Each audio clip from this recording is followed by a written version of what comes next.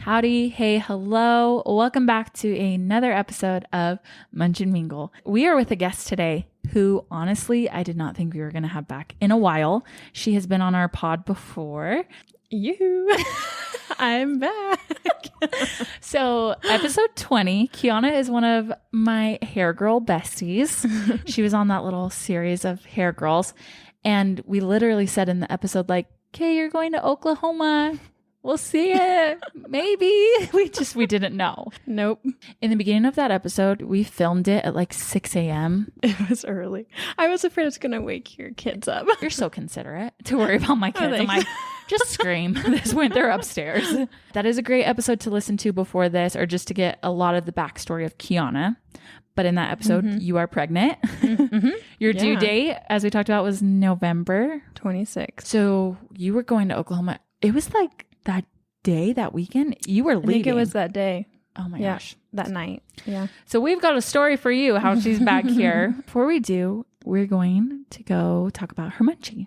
I'm going to open this up while you talk about it. Okay. For the past, let's see, probably 4 months, I've been drinking the Body Armor Light, not because I think it's delicious and I need it, because I don't normally drink drinks like that. Really? You know? Yeah. It's not really my thing. But I am pumping, and it takes a lot of energy and hydration to keep your milk supply up. That's pretty good. It's pretty good. Strawberry lemonade is what I got, and you have I have the peach mango. They don't know why, but if you drink it, it helps with your milk supply. Okay. Anyone out there pumping or needing help with your milk supply? Yeah, there you have it.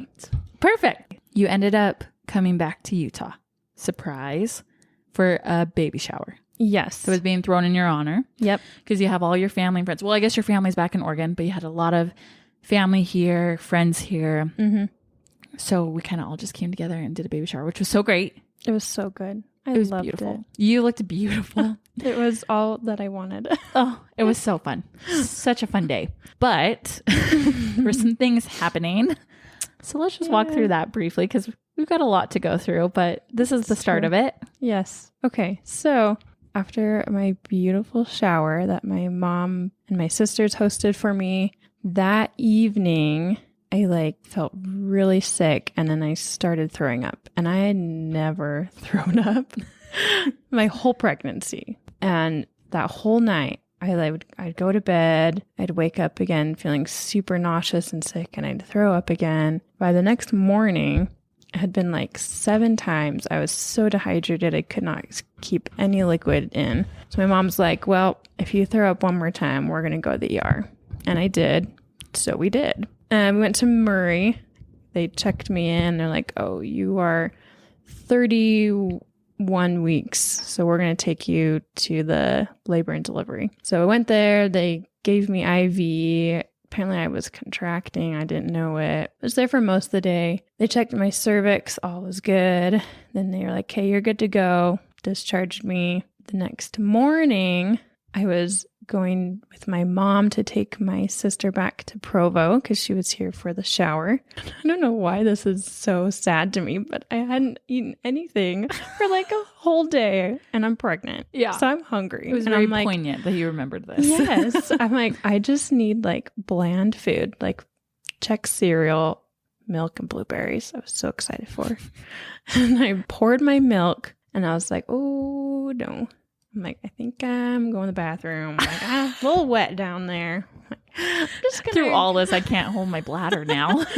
What the heck? So I go to the bathroom, and it's all blood. I'm like, Mom, I think we have to go back. So went to the Utah Valley Provo Hospital this time. Thank goodness, because they had all of my records. By the end of a very long day, they're like, you're not flying back. You're all set up to go. You guys had moved to Oklahoma. You have a house. Janson, your husband's getting ready to go into basic training. To pilot training. That's what it is. Sorry. Yep. So after this happened, you texted me just saying all this was happening and that you were at Utah Valley. You were so sweet. Also, you're like, let me know if you have any questions about what's going on. I was like, okay, you're the nicest. But of course I was like, you're here in we all thought you had left. Yeah. None of us had an idea. And you were in Provo. Yeah. Literally. So we're like, what? You're biased. So I came and visited you. You guys were so calm. Yeah. Honestly, I think it's because of the buildup from all of the ultrasounds we had. Every time we had an ultrasound, something negative, another red flag was shown. And at that point, I was just like, whatever happens, happens. We can't know until he comes. And if he comes, I don't know, then he comes. Yeah. We can't control that. That's kind of what I think we were going through, you know? You were so amazing. We texted a couple times, but then your mom was the one who ended up telling me, like, Kate had her baby. And it's just like, I think I was drugged and I was like, Mom, text McKenna. So let's just real quick, because you ended up coming to my house. We were trying to figure out a week or so after. And you and I just had a moment. Mm-hmm. I'm grateful that we can share this bond between us, like that we truly understood each other, because you had to end up having an emergency C-section. Yeah. So they came in, tell you it's time to have baby, go from there. So it was like 4 a.m. when they came in because the monitors on my belly kept moving and they couldn't, find baby's heartbeat. So obviously like wake you up. They're like, excuse me, I need you to flip sides. I'm like, I'm trying to sleep. So this particular morning, the nurse was like trying to find baby's heartbeat. She's like, I'll be right back. And then she came back with like this, what you call it? She like thumped my belly trying to wake baby up. Yes. And she's like on the line with the doctor. I'm going to call him, talk to him. I'll be right back. And she comes back in. She's like, looks like we're having a birthday in a couple hours. And we're like, oh my gosh, are you kidding me? And like more nurses come in. I get pumped with magnesium, I think, lots of fluid. My IV is burning. And she's like, has anyone talked to you about an emergency C-section? I'm like, no. I'm like, I knew they existed. They didn't say it'd be on my table. Yeah. So she's like, okay, well, this is what we're going to do. And I'm like, okay, great. I'm like shaking. Yeah. My whole body is shaking. Maybe from the IV, probably half of it from just the stress of it all. Yes. Janson calls my mom. Oh, yeah, because it's in the morning. Like 4 a.m. She and my grandma make it down just in time before they wheel me out. But they give me a blessing beforehand. Or not them. Janson does. Yeah. Which I think was really helpful because I was really freaking out. They wheel me into the surgical room. My first thought was, oh my gosh, it's Grey's Anatomy. Okay, thank you. I'm like, this is totally what they have done so well. Yeah, it's realistic. Like it's exactly what you see on the movies and the shows. But I've also never had a major surgery. So this was my first experience. And there's like this, I thought the table was going to be huge. It was like a tiny little table. Yep. Metal, great. So wheel me in, they sit me on the table. I'm sitting there on the cold metal, shaking. Yeah. We were waiting for the doctor. He finally comes in and he's like, what music do you want playing? And I'm like, are you kidding me? So the coolest thing, me and Kiana obviously have the same experience, but we had the same doctor who delivered our babies. I was like, that's so fun because he was on call for you too. Yeah, yep. Same. So then they put in, I think I got a nerve blocker or something. Okay. I could feel it go in. Yep. And then he pinched me to make sure I wasn't feeling anything. Yep. And he's like, can you feel that? I'm like, yeah. This is where our stories separate. Everything's the same up to this point, and then apparently there's 2 types of emergency C-sections. And I'm not saying that with glee because when you told me this, we were just crying. Yeah. Yeah. So I was like, there's no way. Yeah. So he's like, can you feel that? I'm like, yeah. He's like, he's pinching pretty hard, so we're just going to get going. I was like, oh, okay. All right. I can't believe that. And it's not like I could feel all of the pain, but I could feel the pressure. Yeah. And it was painful because the only thing I could say was ow the whole time. I could feel them pushing my organs around and it was just not the best. Oh my gosh. I can't so believe that. I was just like, Like in my head, I'm like, just get the baby out. And I think they had said, because I was like, why would they not wait? Why would they not wait for it to continue? But it was obviously like they knew there was more stuff that they had to get him out. Yes, because my contractions, every contraction I had, his heart rate dropped. Yeah. And I couldn't even feel my contractions. They weren't even that intense. So they're like, we have to get him out, which is fine. It makes sense. Mm-hmm. It all worked out in the end. But yeah, that hurt. To the point where once they got baby and placenta out, then they knocked me out because I was in too much pain. So from there, did Janson get to see him? Like, did they bring him over, or did they just will him off right to NICU? They told Janson, they're like, do you want to see baby? They lifted him up, and he's like, yeah. But Janson decided to stay with me because I was in a lot of pain. Mm-hmm.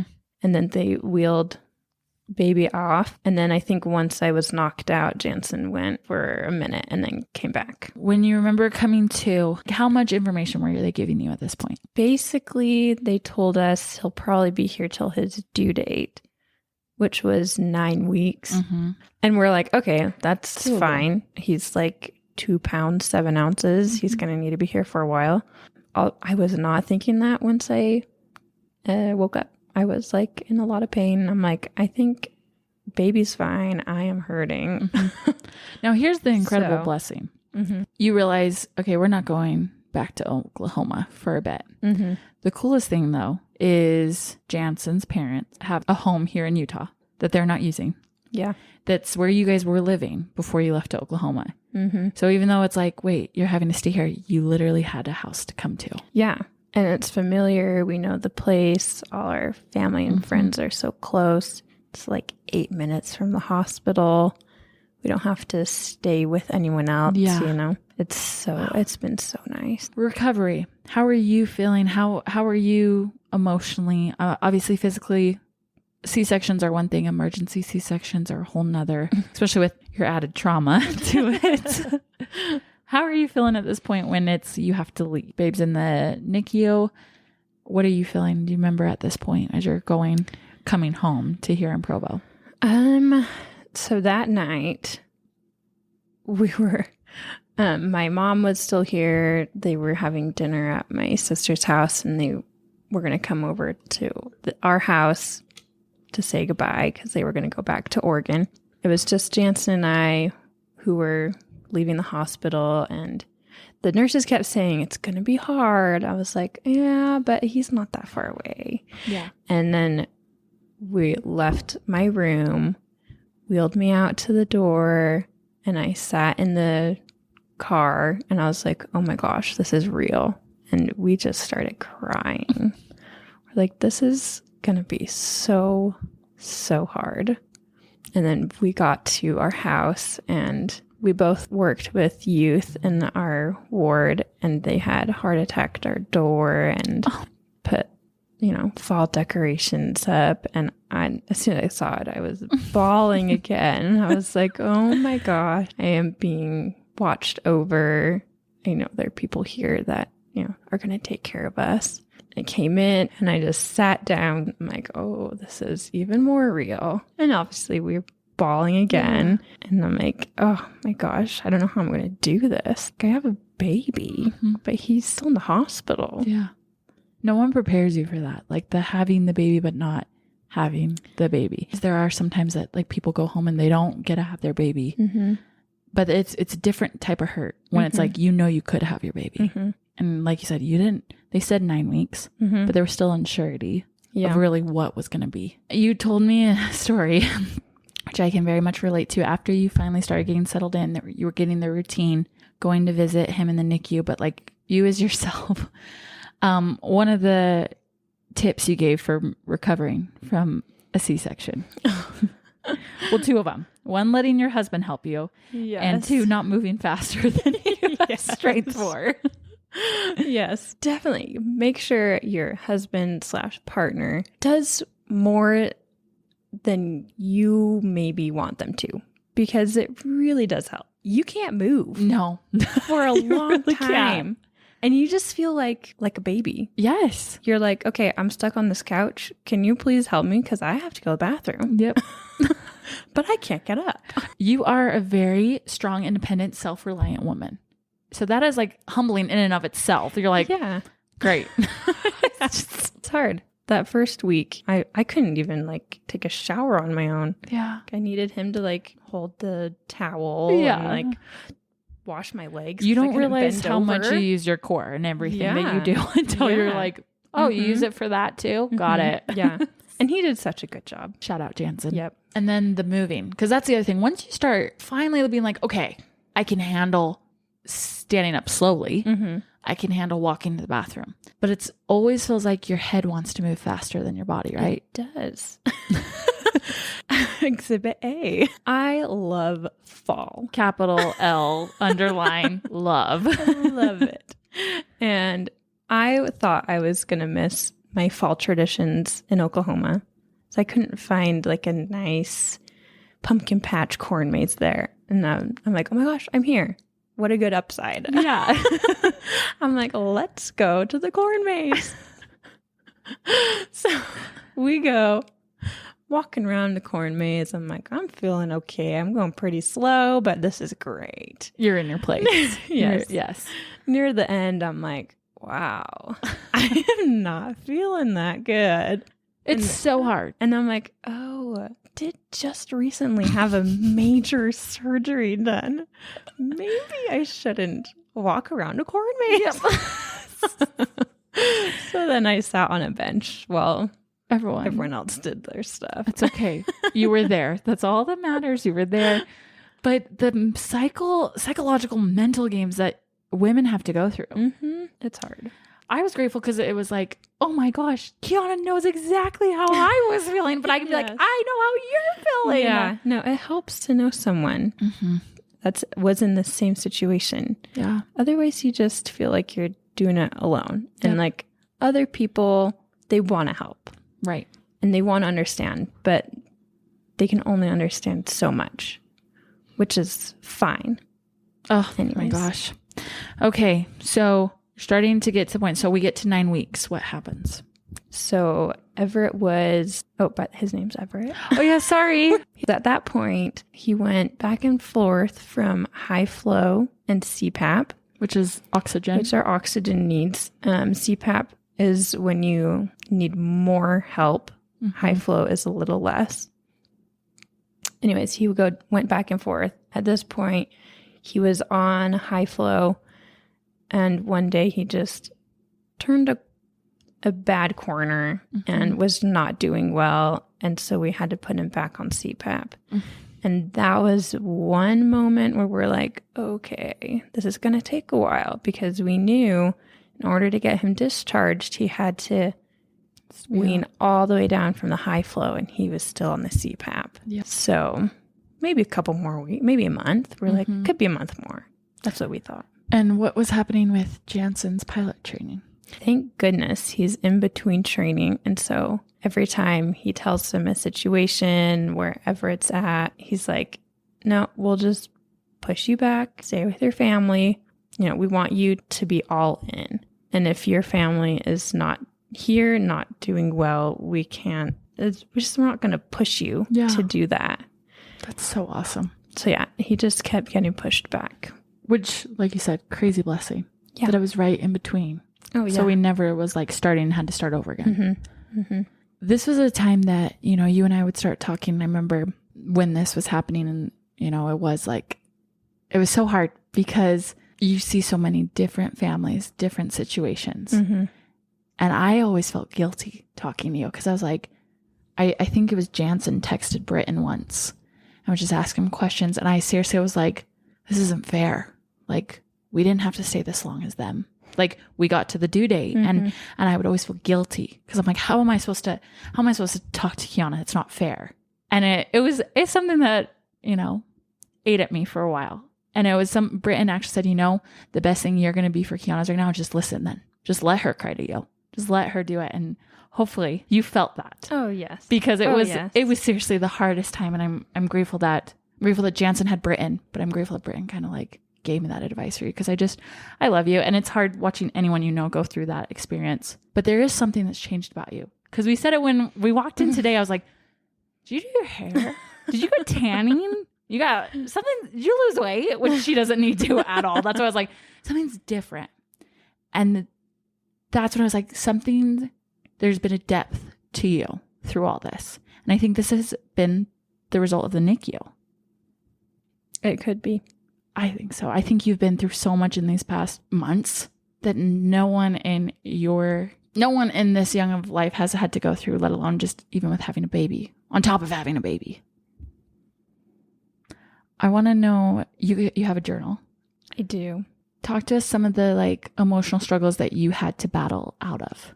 I think so you gave me this journal, which I'm so grateful you did. And you were like, Kiana, just write down every day your thoughts, any progress from Everett, and then you can look back on it.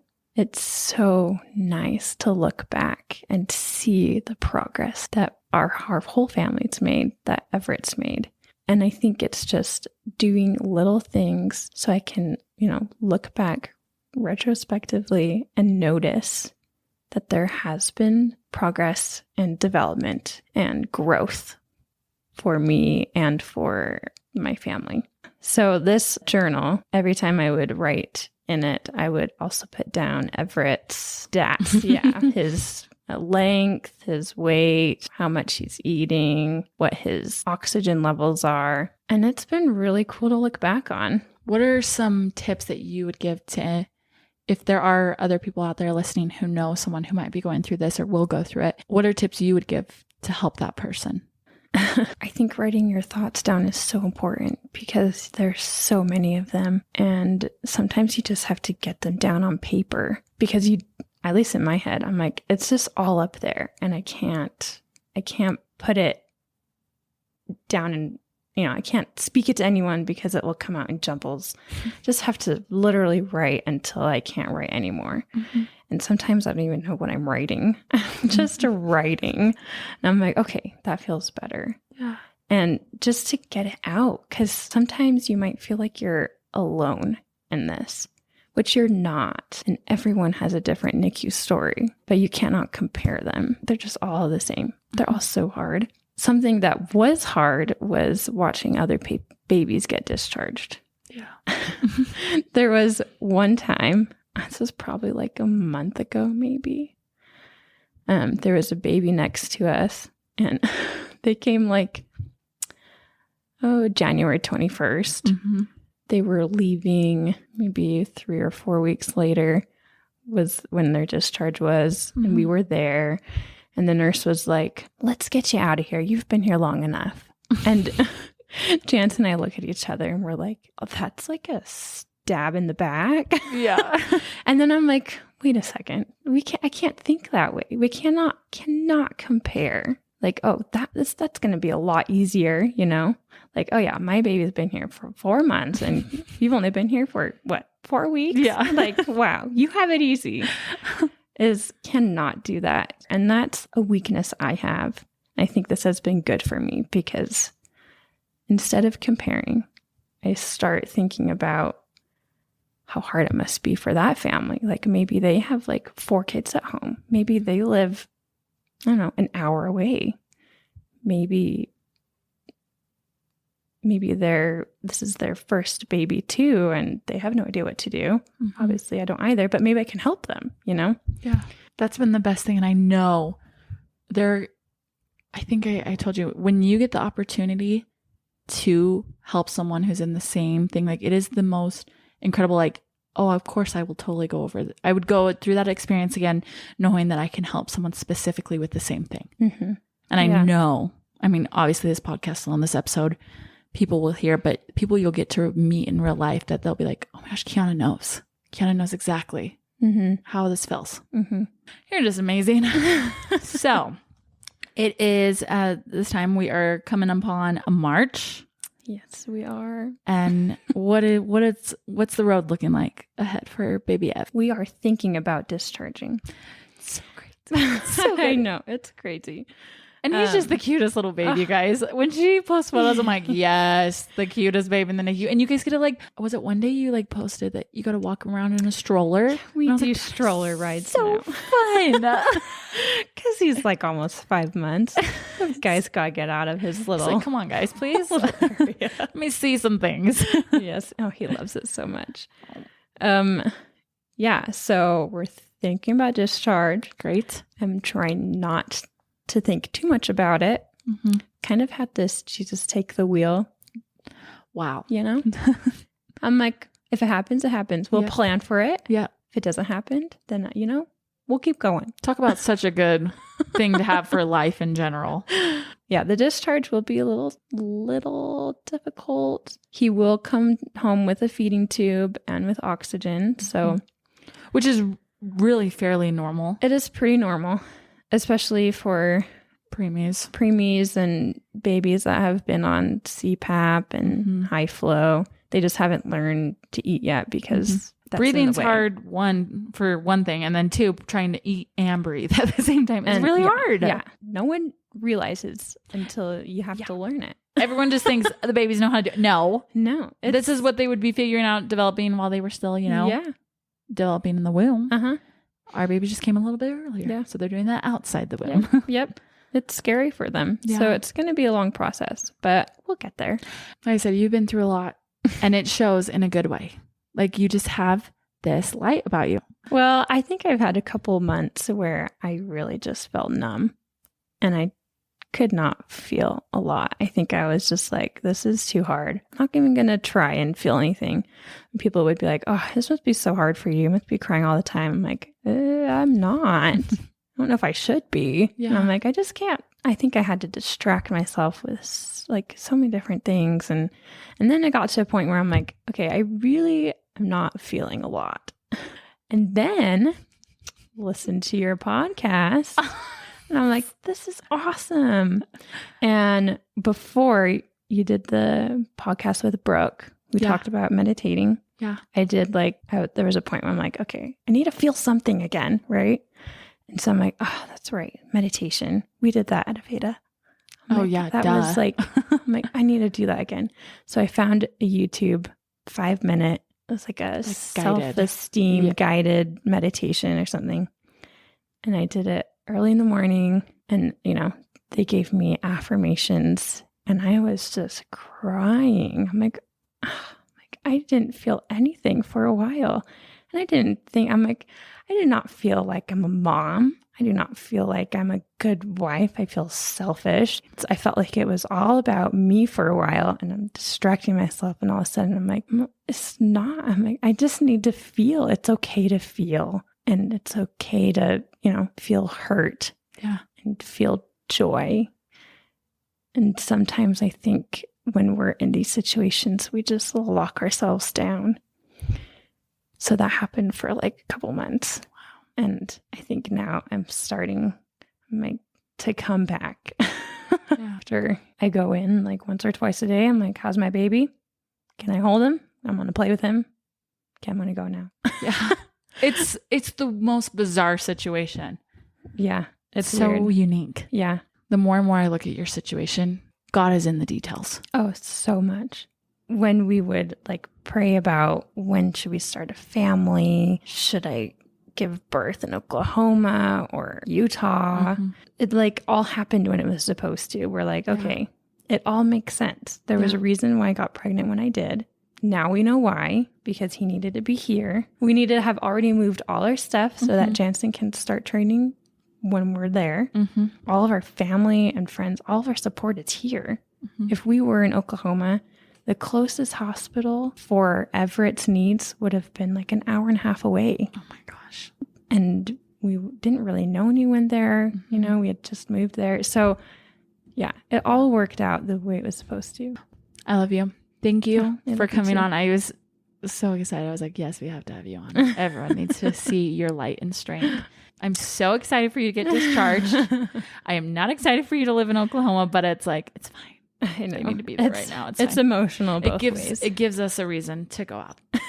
Well, thank you to, again, Kiana, and thank you to you, whoever you are out there listening. I hope you were able to take away something from this. I know I was. And definitely be sure to go send this to anyone who can relate to Kiana's situation. But until next week, we will see you later. Bye. Bye.